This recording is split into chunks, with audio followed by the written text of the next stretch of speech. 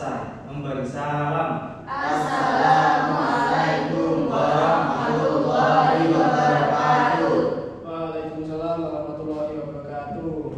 Oke, sebelum kita masuk ke dalam kegiatan pembelajaran, Bapak mau melakukan presensi terlebih dahulu. Jadi yang pertama itu Mas Aziz, apakah masuk? Saya Pak, masuk Pak. Yang kedua Dika. Hadir Pak. Yang ketiga Ina. Hadir. Selanjutnya Novi. Hadir Pak. Selanjutnya Irma. Hadir. Selanjutnya Rizka.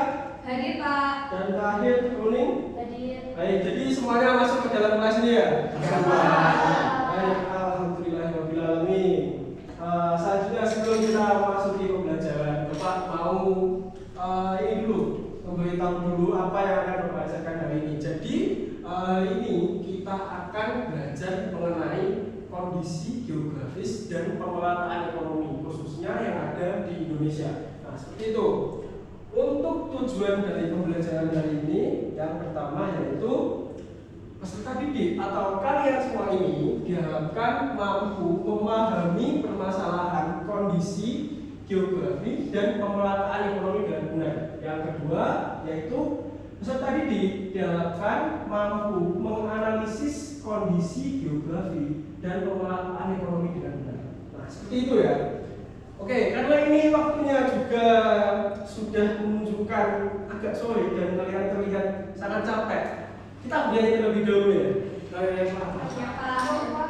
Oke, hari ini kita akan bernyanyi lagu daerah, yaitu sebentar.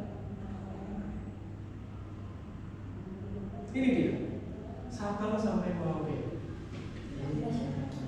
Oh iya. Nasional itu Pak. Ya maaf ya, jadi ini lagu nasional ya. Baiklah, kalian boleh berdiri terlebih dahulu. Kita ya, anak-anak kita dulu. Iya Pak. Baik, kita mulai ya. 5, 4, 3, 2, 1, go.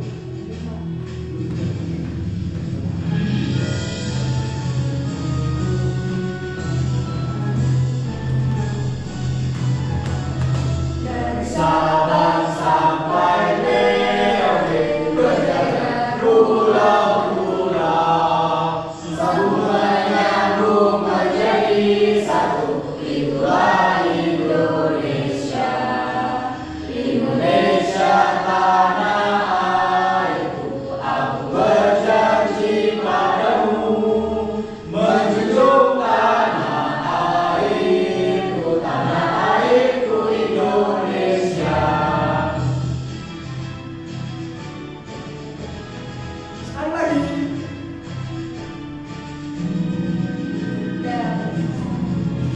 Dari Sabang sampai Merauke berjajar pulau-pulau, satu menyambung menjadi satu. Itulah Indonesia, Indonesia tanah airku. Aku berjanji padamu menjunjung tanah airku, Indonesia.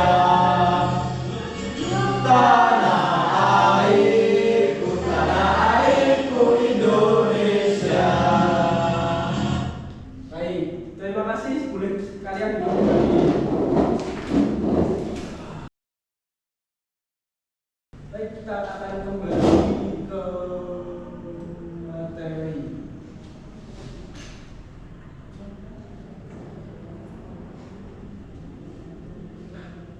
Jadi tadi kan sebelumnya kalian juga sudah menyanyikan lagu dari Sabang sampai Merauke. Nah, lagu itu juga ada kaitannya mengenai tentang pemerataan ekonomi dan pemerataan pembangunan yang ada di Indonesia.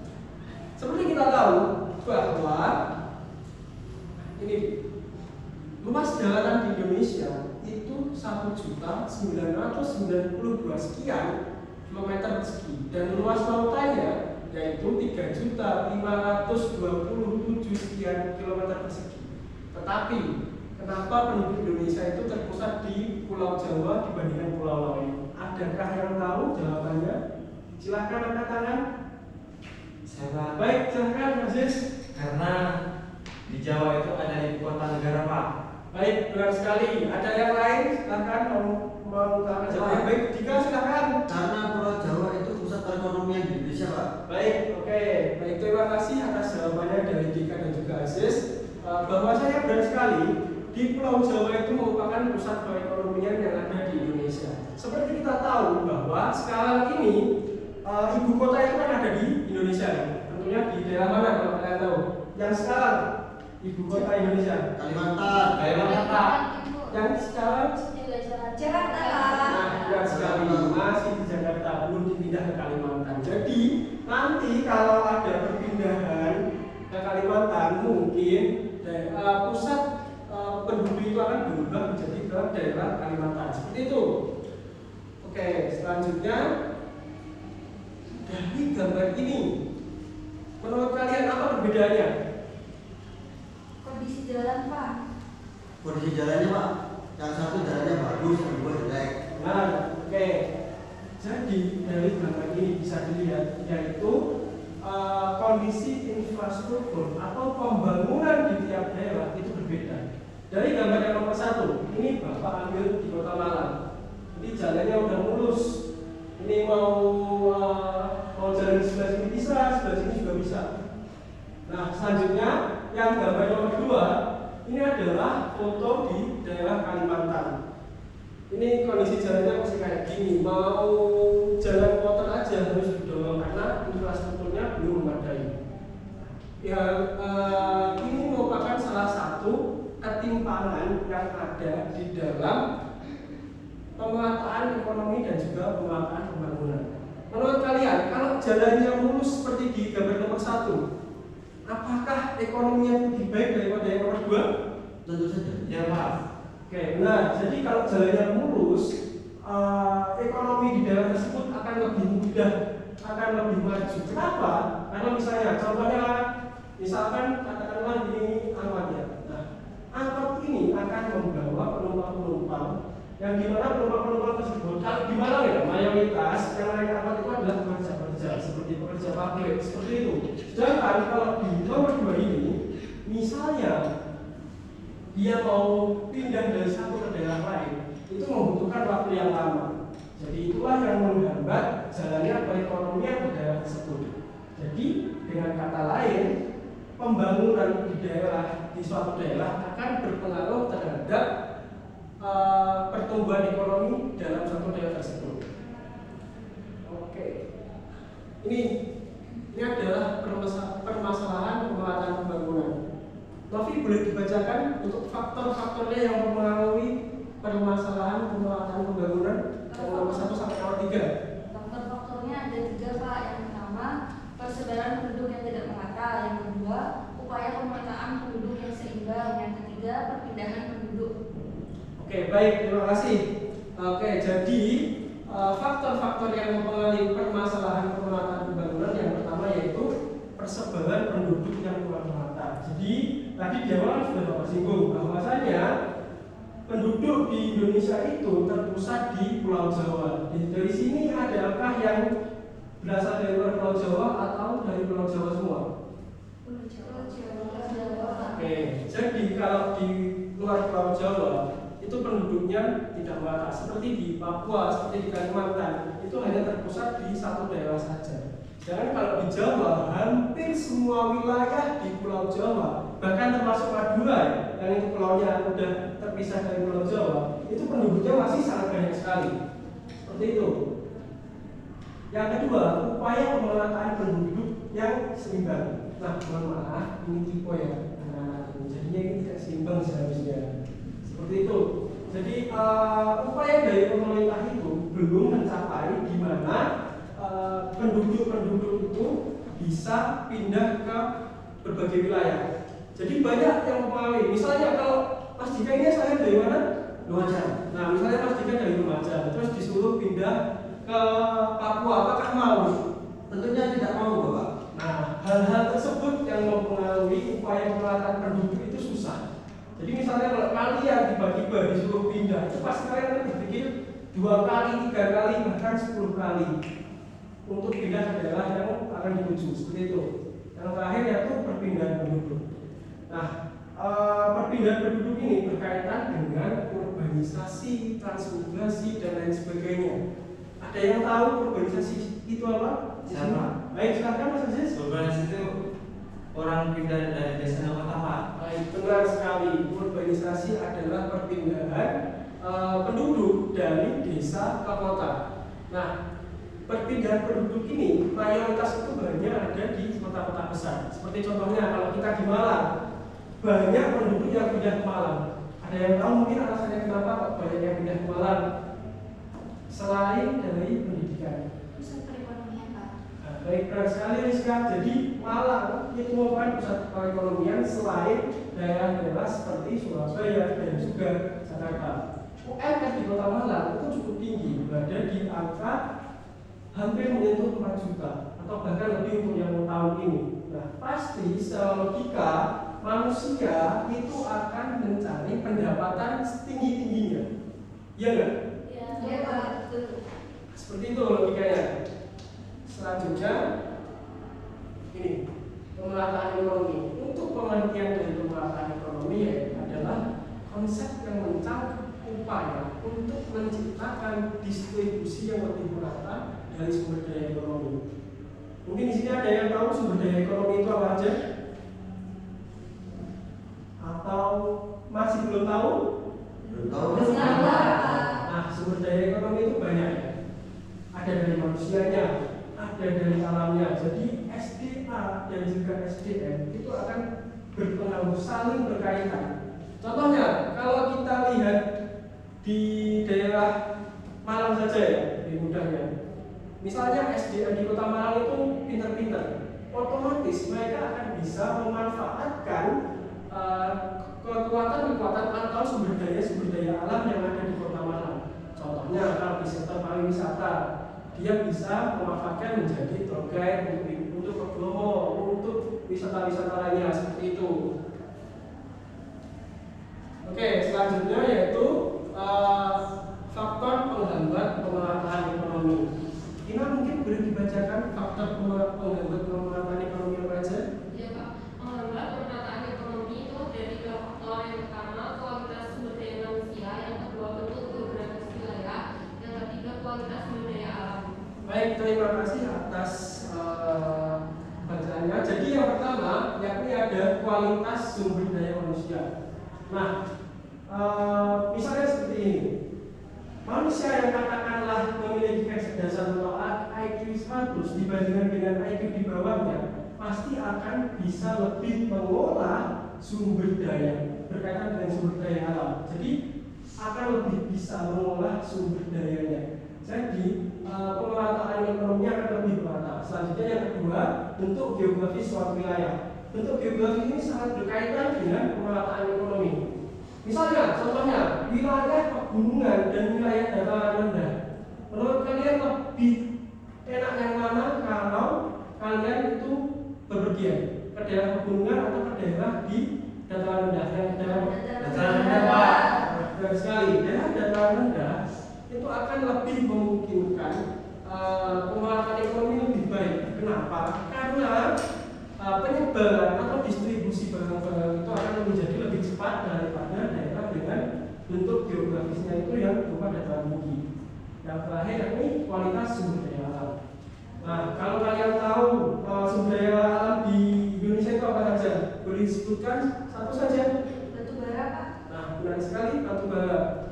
Nah, jadi kualitas sumber daya alam ini berkaitan juga dengan kualitas sumber daya manusia. Apabila manusia yang tidak memanfaatkan dengan baik, maka akan terjadi eksploitasi yang akan menimbulkan kerusakan lingkungan dan yang nantinya tidak akan bisa dimanfaatkan lagi. Yang terakhir, yakni solusi dari permasalahan pemerataan pembangunan dan pemerataan ekonomi. Oke, silahkan satu relawan untuk membacakan apa saja solusinya.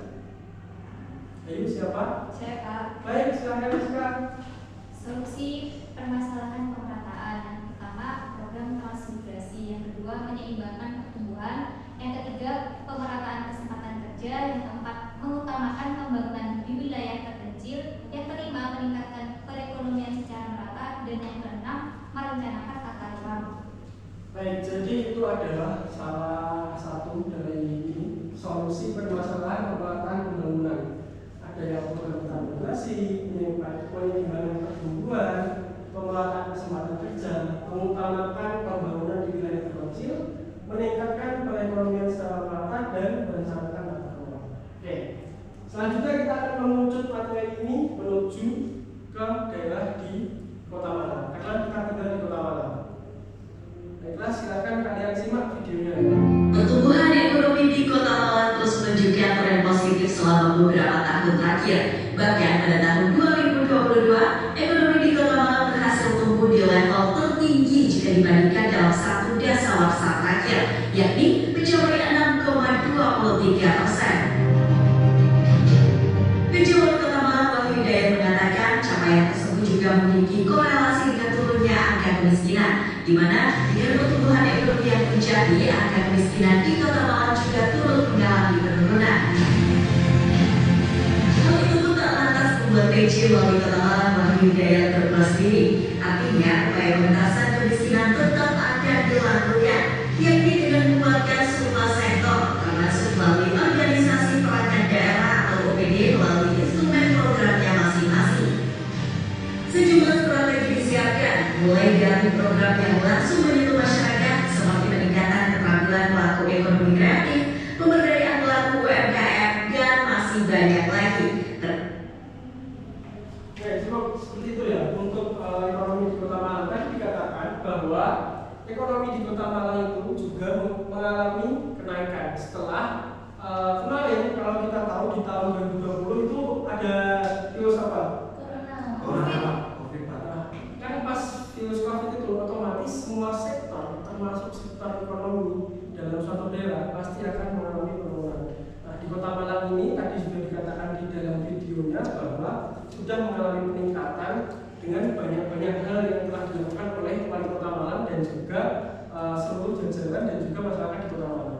Seperti itu. Baik, selanjutnya kita akan melaksanakan kuis. Jadi ini untuk pertanyaannya bisa dilihat di papan tulis, bukan di papan tulis, di layar TV ya. Ini nanti tulisnya kecil. Oke, benar. Kita bisa lihat dulu ya.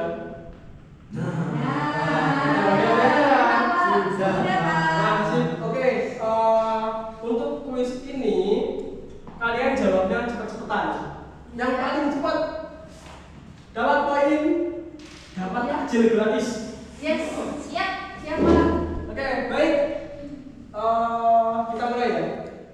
Nomor 1, Kak, silakan juga. Pulau Jawa. Oke, benar, Pulau Jawa. Oke, nomor 2.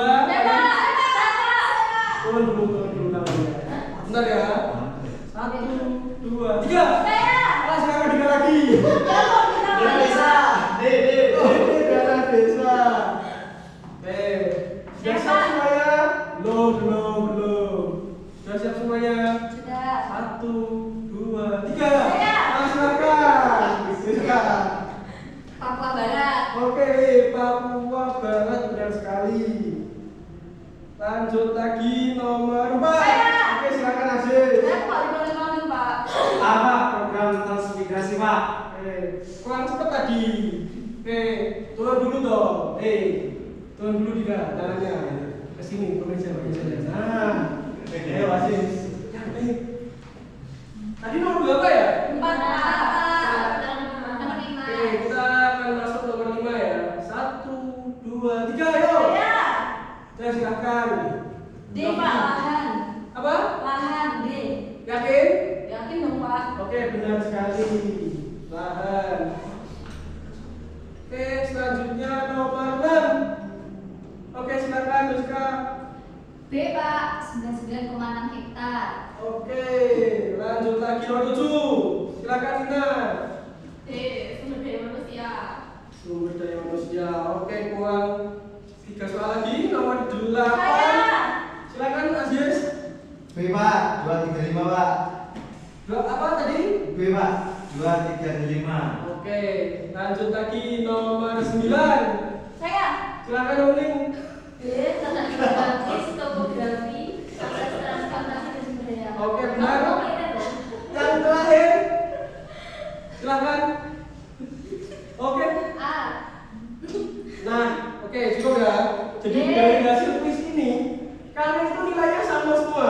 jadi nggak ada yang dapat takjil ya. Karena nilainya sama. Nanti coba beliin permen ya. Oke. Selanjutnya setelah kita melaksanakan kuis, kalian sudah tidak ngantuk lagi. Kita akan mengerjakan LKPD.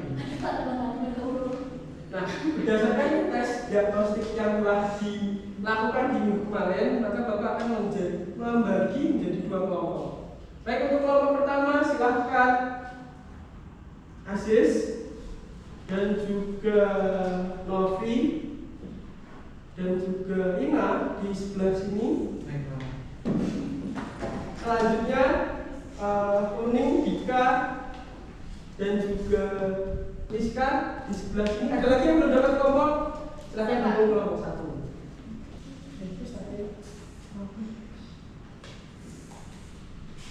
Oke. Untuk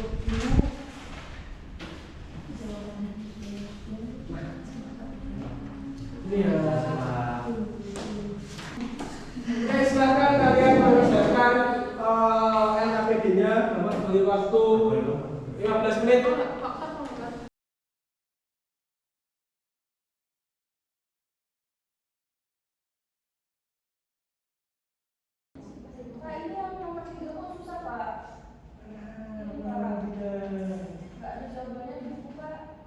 Kalian bisa tanya jawabannya di Google ya.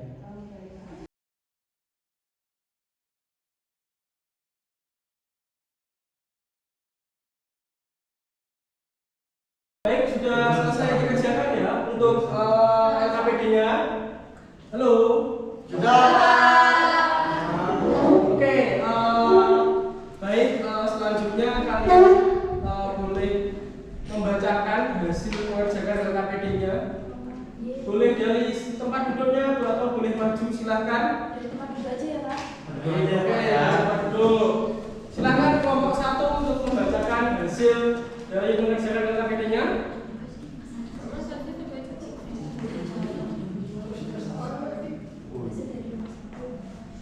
Dari hasil diskusi kelompok kami,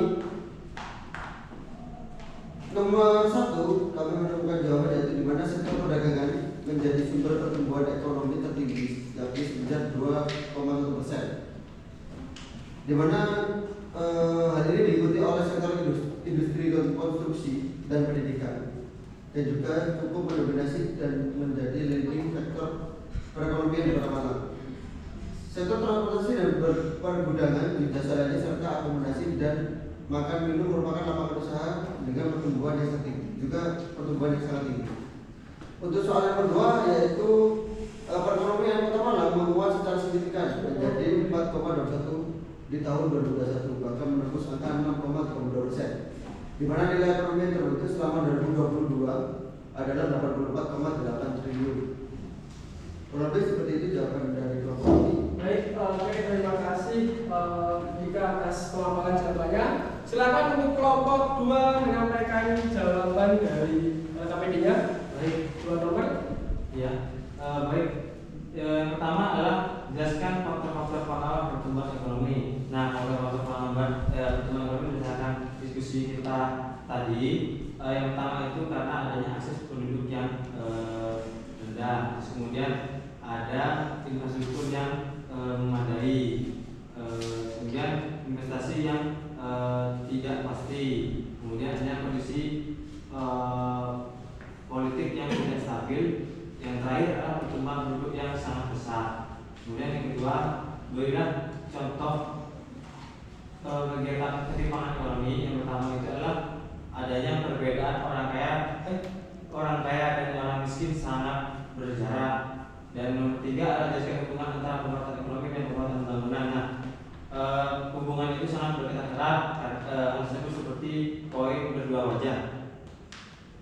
Karena kalau ekonomi naik, maka pembangunan juga akan naik, dan jika pembangunan naik, maka ekonomi juga akan naik seperti itu. Baik, terima kasih kelompok 2 atas jawaban dari LKPD yang telah saya berikan. Nanti LKPD-nya jangan lupa dikumpulkan ya untuk Bapak koreksi.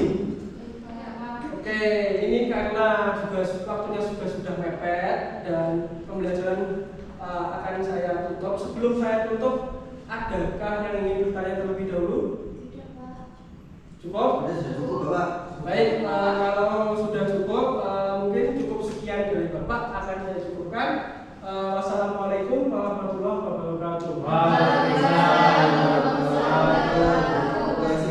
Terima kasih